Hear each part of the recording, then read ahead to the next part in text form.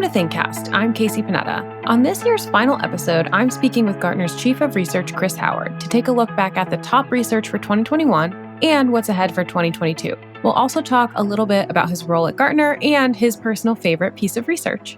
Hi, Chris. Thanks so much for joining us today. Hey, Kasey. It's good to be here. Thanks for having me.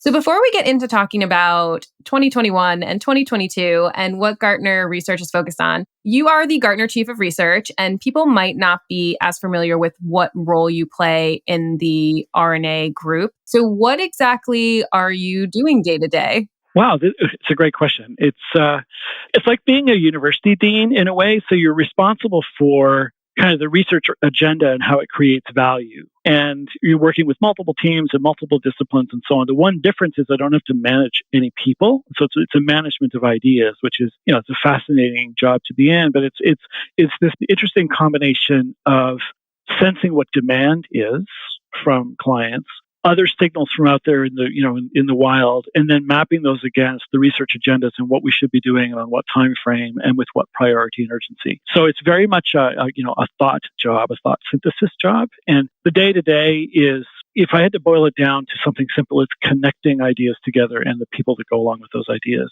so that we can bring research to life. That's what I do. So I know you've been with Gartner for quite a long time, but how long have you actually worked at Gartner? So I came across with the Burton Group acquisition, which is, 10 years ago, maybe even longer now, I forget. But so all combined, this will be 16 years actually as of the 1st of December in 2021, 16 years. I can imagine, given all the areas that Gartner research covers, being the chief of research can be quite challenging. But what do you find to be the most challenging aspect of it? It has to do with our own growth as a company and growth of people, and especially what we've become in the last 5 years. We doubled what we did. We doubled the number of people that we have and the number of topics we're covering. And it's sometimes hard just to kind of keep track of who's doing what and where there might be duplications. Because sometimes those you don't find those until they've been published, and it doesn't often cause concerns necessarily, but it would have been better had we sort of seen those things before and converged them more intentionally. Just the more we're producing, the harder it is to know what's happening in every corner. And so we have structures in place that we use to communicate that. For example, I lead the Senior Content Leadership Board here. And that is like a clearinghouse. I have chiefs of research from all of the major practice areas that sit on that board with me. And a lot of that function is just visibility of what the different parts of the organization are doing so that we can more effectively collaborate. And so the challenge is an embarrassment of riches that sometimes we need to align. So are you essentially the chief of research when it comes to those meetings? I've been called the chief of chiefs before. It has happened. Yes, in a way, in that, my charge from Mike Harris is to be looking across the company all the time to surface the best ideas, bring them together, bring them to life. And, and fortunately, I have a team of chiefs of research that are really focused on specific areas of their practices. That just makes it easier to manage that information flow. Yeah. We're going to take a quick break to talk briefly about the Gartner top strategic technology trends for 2022. From generative AI to cybersecurity mesh, these technology trends need to be on your radar for strategic planning. Learn more and download the ebook at the link in the show notes. So speaking of all of the topics that you are constantly sort of sorting through, what are some of the topics that Gartner has focused on throughout the past year? So let me talk just a minute about how we do it. So that group I was talking about, the Senior Content Leadership Board, we meet a couple times every month, but we usually have a couple of really big meetings in the year where the goal is for people to bring and put their cards on the table and say, here are what the teams are working on. And then we take that pile of stuff and look for affinities and where we're talking around the same topic perhaps. And then we actually formalize that and say, okay, this is a topic that we're going to intentionally approach as an organization across the practices. So that's how we do that. We've just gone through that exercise over the last couple of months. But coming into 2021, of course, so much was still being colored by the COVID-19 situation and continues to be, honestly. So much of what we were looking at was informed with COVID-19 as the context that we were operating in.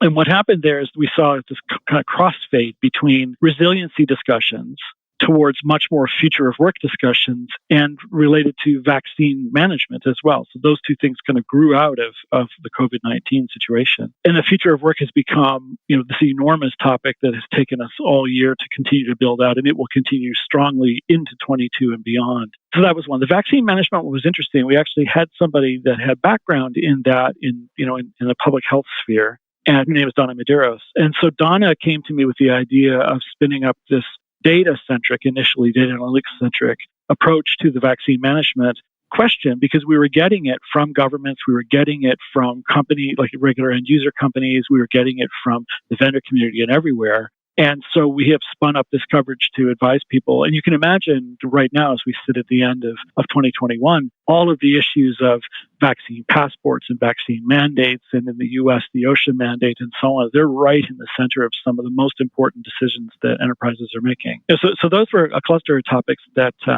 we had from last year. A couple of other things.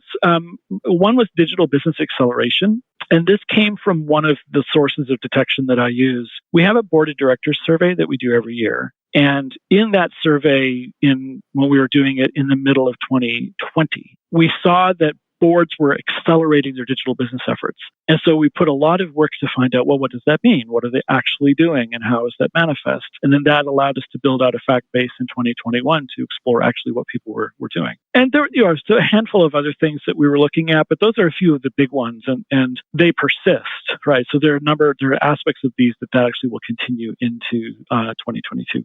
I want to go back to something that you touched on briefly before you went into the list, which is, how does a topic become a new area of research? Because I often, as part of the content marketing team, am sort of in the know, if you will, when things come out. But what's the initial, is it all from the board survey? Is it things that you're hearing from clients? Like, what are the sources of inspiration for sort of these bigger themes?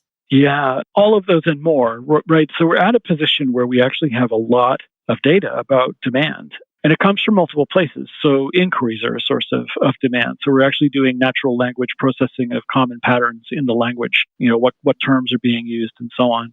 So and then there's the search data from Gartner.com. What are people reading? What are they looking at? What is getting higher traction than others? Are things moving from month to month? The other thing that I'll do is I'll use our secondary research team in India to look out at public earnings statements, or interviews that happen or questions that happen after an earnings call, looking to pick up other signals about directions that are being taken. So some of it's just coming from that context. The other thing, of course, that happens in the analyst community, they're, taking hundreds of inquiries a year and interacting with clients all the time. And what better sensing mechanism is that? And so as they are developing ideas within their own coverage, things start to converge. And I'm looking for that critical mass of convergence to say, this is important enough to become a cross-Gartner topic. And then we structure teams around it and make it go from there. So we're always listening. It's not always a top-down thing. Many things actually come from the research and then kind of naturally, serendipitously almost come together sometimes.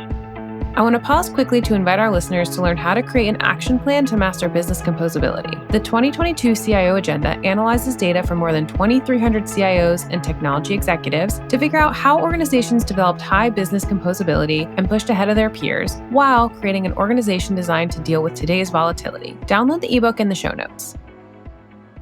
We have these topics that they're not really perennial, but they pop up sort of continuously, but they evolve kind of each time it's a little bit further. So what topics have you seen either in your time with, as the chief of research or just kind of in Gartner that have evolved over the years? There are a few. Cloud, right? So in the pandemic, one of the things that happened is the cloud adoption started to go up as part of business resiliency. It was also, people were pursuing it for cost reasons, which sometimes works out, but oftentimes, doesn't for cost purposes or greater flexibility or whatever. But we've been talking about cloud for at least a decade now or longer. And so people still have questions about it. But what's happened is it's evolved from something that replaces my data center to something that becomes an innovation platform. So yes, they're still asking about it, but they're asking about sort of a fuller spectrum of what this thing is, how I can use it to innovate, and how I manage it. So that's a good example of a topic that spike every once in a while. Some that have really long life. One would be our digital business topic, which started out maybe 8 years ago, something like that. And it was one of these convergences where we saw business is being built out of interactions between people, businesses, and things, and sort of mediated transactions creating value amongst these three things. So it's kind of the simple explanation of what it was. But ultimately, it became, this is a thing that creates entirely new business models. We're making money in a totally different way, using models like subscription-based series where we had a totally transactional thing before. Case I often talk about is Monsanto that went from being sellers of seed to farmers to being managers of yield. That's a digital business transformation to go from selling bags of seed to putting equipment into fields and running data programs that farmers subscribe to maximize their yield. So digital business is one of these fundamental trends that has become a secular trend. In other words, it's here to stay and it continues to grow. And what I'm always looking for, you've asked me one of the hard things about being a core, is when to stop using a title or a name or to shut research down.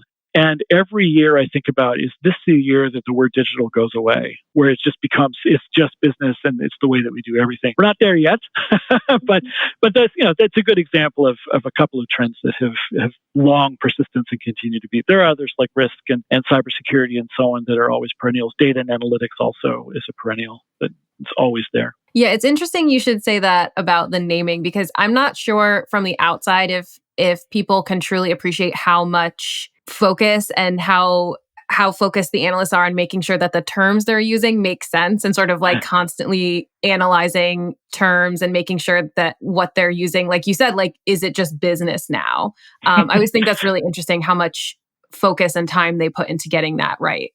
Kasey, I was listening to the radio the other day, and they were interviewing an ambassador that was negotiating like really serious things 20, 30 years ago in the Middle East and so on. And he said they were at a stalemate for days. People weren't talking to each other. And all it took was one comma in the language to make everybody agree. And sometimes it feels like that. It's like we get ourselves so entangled around words and semantic that, sometimes you have to back away from it. And one of the tricks that I use is actually, I go to you and your colleagues like Heather Levy and Jackie Wiles and others, say, what are real people actually, what words are real people using to describe what we're talking about here? And because you don't want to get too far away from that. You actually want to be pretty close, so that as they're searching for information, they're actually much more likely to find it because our language matches theirs. But sometimes you have an idea that's worth labeling. So for example, ERP is enterprise resource planning is a term that Gartner invented, and now it's a common usage market term. It is a market. Things like business process management is a term that it was a Gartner term from ages ago. Roy Schulte coined that term. And so sometimes you need to do that in order to set a new stake in the ground, but it shouldn't happen very often that takes place. It's more about meeting the customer where they are, meeting the client where they are. Yeah, absolutely. It's always a balancing act. Mm-hmm. So I want to switch gears a little bit, and this might be kind of akin to asking you to pick a favorite child, perhaps, but what do you think is your favorite or maybe the most impactful piece of research that we produce? It tends to be the top strategic technology trends. And that is because it gets a lot of eyes, it gets a lot of attention. We put a lot of marketing behind it. It's substantial, it's interesting, it's something that people can use. It's something also that lots of analysts and advisors can pick up and use with clients fairly easily, so it travels well. And so yes, it's good. There's a process behind it which makes it really strong, and then it's really, really reusable, and it's solid. Like every year, it's going to be there. So that's a good example of one of these. There are a couple of other things that people may be less aware of. So every year, the audit and legal team produces sets of risk hotspots, they call them. So there's like an assurance hotspot and a legal hotspot. And what it does is to say the people that are most concerned about risk in the organization, here are the things they're most worried about. And so that actually becomes a map then to, what the rest of the organization should be thinking about. A couple of others. One is the supply chain top 25. It's really fantastic from a community building point of view. But also it tells you that this list of 25 companies that get picked every year must be doing other things well too. So then it becomes a way of exploring other aspects of their architecture or their org structures or whatever. The other thing that we're starting to do more of too is more awards like Ion Innovation Awards and some other things that we're doing, which really celebrate a community, which is really important too, because what we do is hard, what they do is hard, and they sometimes just need to be celebrated for that. Yeah, I'm glad that you brought to light some of the other practices, because I think people really know Gartner for our IT content. This is my shameless plug. If you are interested in the top trends, to go check out our ebook at Gartner.com. But also, we have really, really great research in other areas. And obviously go to Gartner.com, check it out. There's tons of great stuff on there. So that is my secondary shameless plug. So looking more towards, we're getting to the end of the year. Obviously, you guys have been in planning, I'm assuming, for 2022. What's going to be new in 2022? What's going to be like a continuation of something we started this year?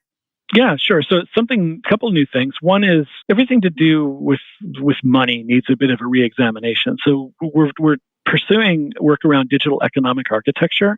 So this is how money gets moved, how capital gets moved, how things are accounted for, how investment is going more towards cost of goods and services, for example, as opposed to simply SG&A, which is just sort of an obtuse way of saying that digital is moving up the value chain and we're trying to track that. Another interesting idea that I'm working with the teams is something I'm calling a digital twin of a customer. And so this is creating a very high resolution view of somebody that's receiving value from the services that I have in order to be able to model scenarios and test product ideas, and so in a completely synthetic environment. And then the last one I'll mention is social responsibilities of the corporation, where you as an enterprise executive, you are more and more having to respond to the social context in which we live and make enterprise choices based on that.